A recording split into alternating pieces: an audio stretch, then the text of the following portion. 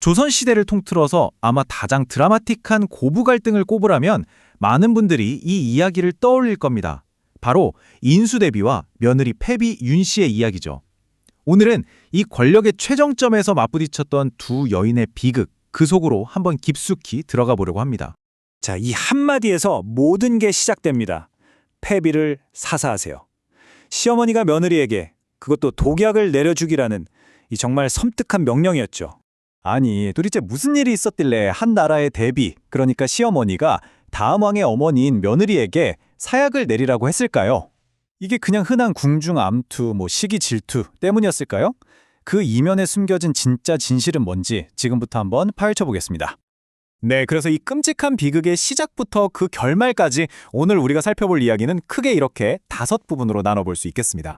자, 그럼 먼저 이 비극적인 왕실 드라마의 중심에 있었던 두 주인공, 어떤 인물들이었는지부터 만나보시죠.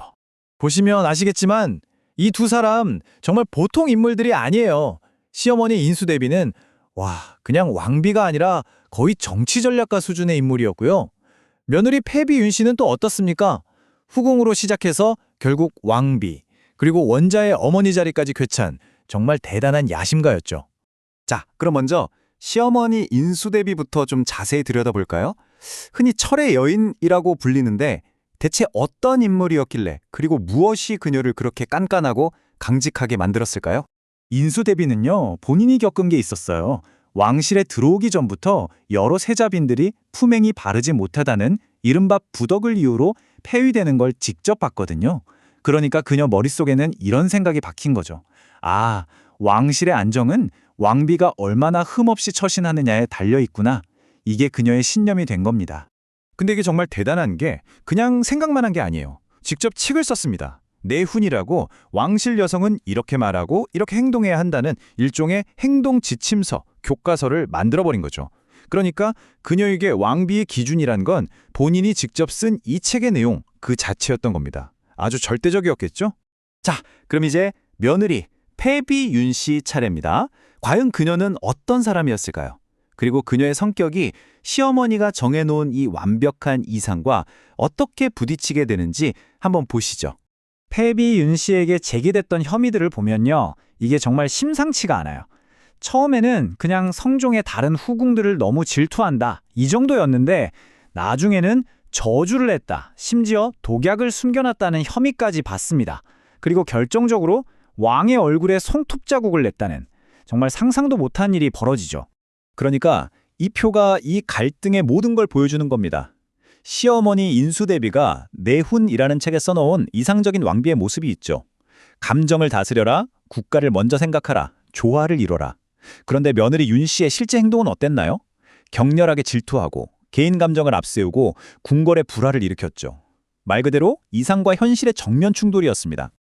자, 이제 가장 중요한 문제로 넘어가 보겠습니다.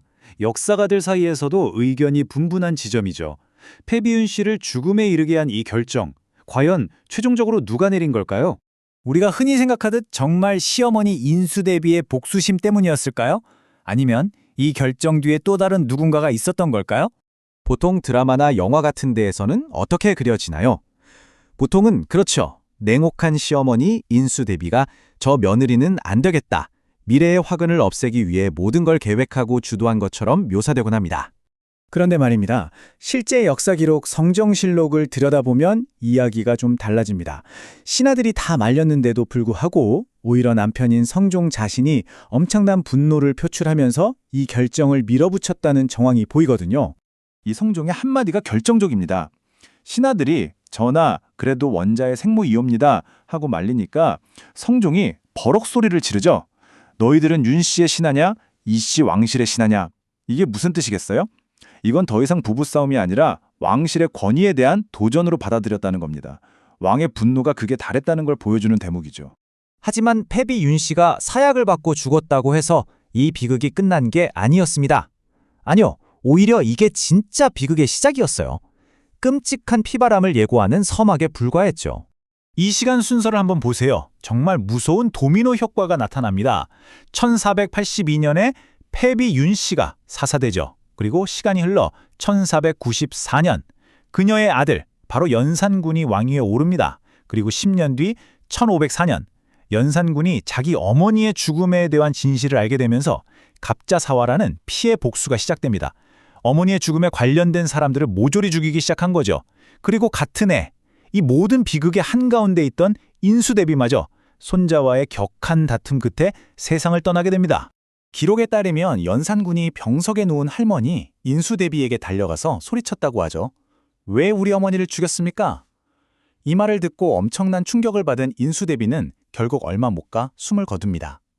자신이 죽음으로 내몬 며느리가 낳은 손자에 의해 정말 비극적인 최후라고 할 수 있겠죠. 자, 이 모든 이야기를 듣고 나면 이런 질문을 던지게 됩니다. 권력의 가장 높은 곳에 있었던 이 두 여인, 인수대비와 패비 윤씨, 이들의 비극은 과연 그들 개인의 성격과 선택이 낳은 결과였을까요? 아니면 왕비라는 자리, 그리고 그 시대를 살아가는 여성이라는 한계가 그들을 결국 파국으로 몰고 간 운명이었을까요? 여러분은 어떻게 생각하시나요?